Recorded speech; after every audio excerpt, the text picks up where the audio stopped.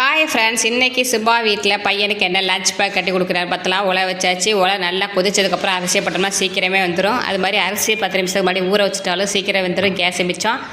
உலை கொதிச்சிச்சு, அரிசியை போட்டாச்சு. சாதம் வந்துருச்சு. சாதத்தை வடிக்க போகிறாங்க. சாதத்தை வடிச்சிக்கலாம். இந்த பக்கம் வந்து சேனக்கிழங்கு அன்றைக்கி வாங்கி வறுத்துட்டு கொஞ்சம் இருந்துச்சு. சரி, அதை அப்படியே வறுவல் பண்ணி பையனுக்கு மட்டும் கொடுத்துட்டு நம்மளுக்கு மத்தியானம் ஏதாவது ஸ்பெஷலாக வச்சு சமைச்சு சாப்பிட்டுக்கலாம் அப்படின்னு சொல்லிட்டு சேனக்கிழங்கு ரெடி ஆகிடுச்சு. சாதத்தை வடித்து நிமித்து சாதத்தை ஒரு பேஷனில் போட்டு நல்லா கரண்டியை போட்டு நல்லா அழுத்தி குலைவாக்கிடணும் சாதத்தை. அப்போ தான் தயிர் சாதம் மத்தியானம் சாப்பிடும்போது சூப்பராக இருக்கும். வழக்கம் போல் தயிரை தாளிச்சி ஊற்றி கட்டுறும் போது லாஸ்ட்டாக கொஞ்சம் பாலையும் ஊற்றி அப்படி ஒரு கிளறி விட்டு பாக்ஸில் எடுத்து வச்சாச்சு. இன்னொரு பாக்ஸில் வந்து சேனக்கிழங்கு வறுவல், இன்னொரு பாக்ஸில் என்ன வச்சுருக்கேன் அப்படிங்கிறத சொல்ல மாட்டேன், சீக்ரெட். 3 பாக்ஸ் ரெடி பண்ணியாச்சு. 1 சாதம், 2 சைடிஸ் வச்சு பையனுக்கு பேக் பண்ணியாச்சு. இதில் வந்து சாதம் மட்டும் இப்போ வடித்தது நம்மளுக்கு இருக்குது. எனக்கு பையனுக்கு அடுத்து ஏதாவது குழம்பு வைக்கணும். அடுத்து என்ன குழம்பு வைக்க போகிறதாங்க அப்புறம் பார்க்கலாம். ஓகே, பாய்.